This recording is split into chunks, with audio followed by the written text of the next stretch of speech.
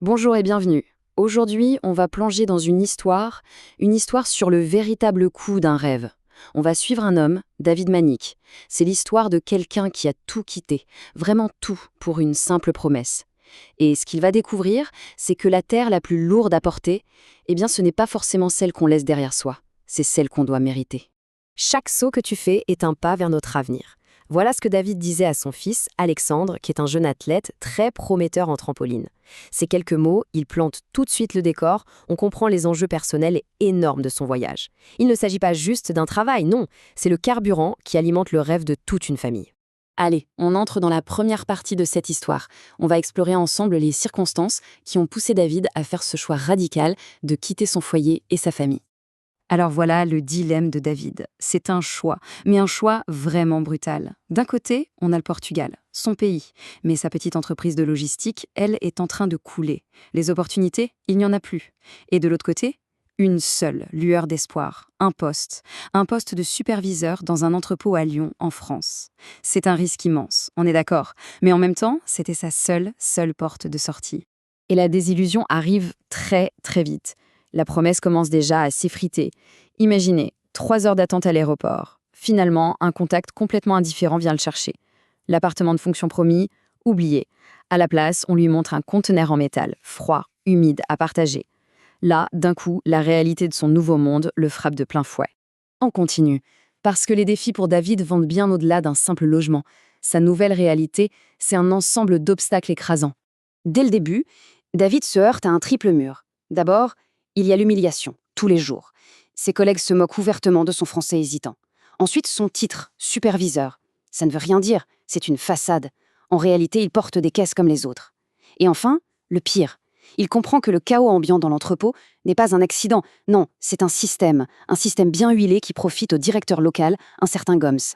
Mais attention, David n'est pas du genre à se laisser abattre. Au contraire, il va transformer cette humiliation en moteur.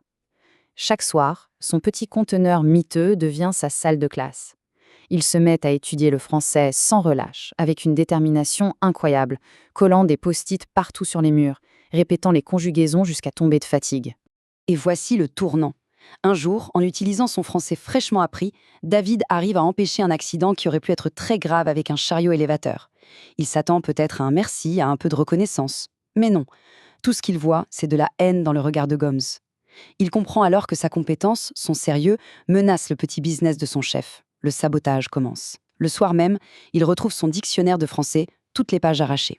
On va voir maintenant comment la détermination de David à bien faire son travail va l'isoler complètement, le dressant contre tout le monde. C'est la question qui se pose, n'est-ce pas? Comment est-ce qu'on se bat contre un système corrompu qui fonctionne dans l'ombre? David commence alors à documenter tout ce qu'il voit. Il découvre des vols systématiques de matériel, des camions qui viennent charger la nuit pendant de fausses pannes du système de surveillance. Il est seul, absolument seul, contre une organisation bien rodée. Goms comprend que David ne pliera pas. Alors l'intimidation monte d'un cran. D'abord, il essaye de l'acheter. Il lui propose un pot de vin que David refuse, bien sûr, froidement. Puis, ce sont les petits sabotages. Ses outils disparaissent, son ordinateur est en panne. Mais Goms va beaucoup plus loin. Il commence à mentionner le fils de David, l'athlète. C'est une menace à peine voilée, juste avant de passer à l'étape finale. C'est facile de tomber d'un trampoline. Voilà le message, écrit au dos d'une photo de son fils Alexandre. Là, c'est le point de non-retour. La goutte qui fait tout déborder. Goms a franchi une ligne qu'on ne franchit pas. On n'est plus dans le harcèlement au travail. On est passé à une menace directe contre sa famille. Ça devient personnel et surtout extrêmement dangereux. Mais loin de le briser, cette menace a l'effet inverse. Elle le galvanise. La peur se transforme en une sorte de détermination froide, calculée. Et c'est à ce moment-là qu'il trouve un allié.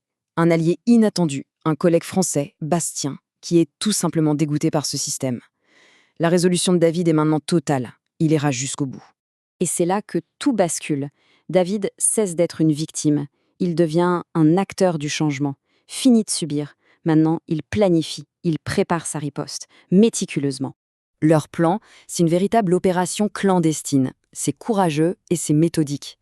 Il fouille dans les vieux registres et, bingo, il trouve un schéma récurrent de panne de surveillance, toujours aux mêmes heures. Ils arrivent ensuite à identifier la date d'une grosse expédition clandestine. Et ils trouvent même l'entrepôt secret où les marchandises volées sont stockées. La tension est à son comble. Alors que David et Bastien sont en train de photographier les preuves dans cet entrepôt secret, Gomes et ses complices débarquent. David est piégé. La situation dégénère en confrontation physique. Gomes a compris qu'il est démasqué. Mais il y a un coup de théâtre. Un coup de génie, en fait. Bastien n'était pas juste en train de prendre des photos. Il diffusait tout en direct. Le grand patron de l'entreprise, Lopes, qui dormait tranquillement au Portugal, a été réveillé par cette vidéo en direct de son entrepôt en train de se faire piller, avec un message simple: « Regardez ce qui se passe dans votre entreprise ». Lopes a sauté dans le premier avion. Voyons maintenant les conséquences de cette nuit incroyable. C'est la transformation finale de David. D'un simple travailleur étranger exploité, il va devenir un leader.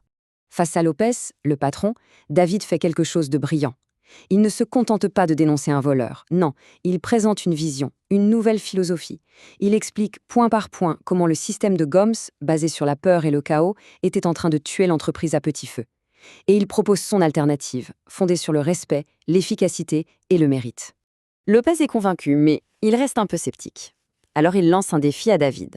« Vous avez 1 mois. 1 mois pour me prouver que votre méthode peut fonctionner. » David est nommé directeur par intérim. Il se retrouve face à une tâche immense. Redresser une équipe complètement brisée, démoralisée et surtout méfiante. Et le résultat, il est juste stupéfiant. En un seul mois, en appliquant ses principes de transparence, d'efficacité, de respect, David augmente la productivité de 30%. 30%!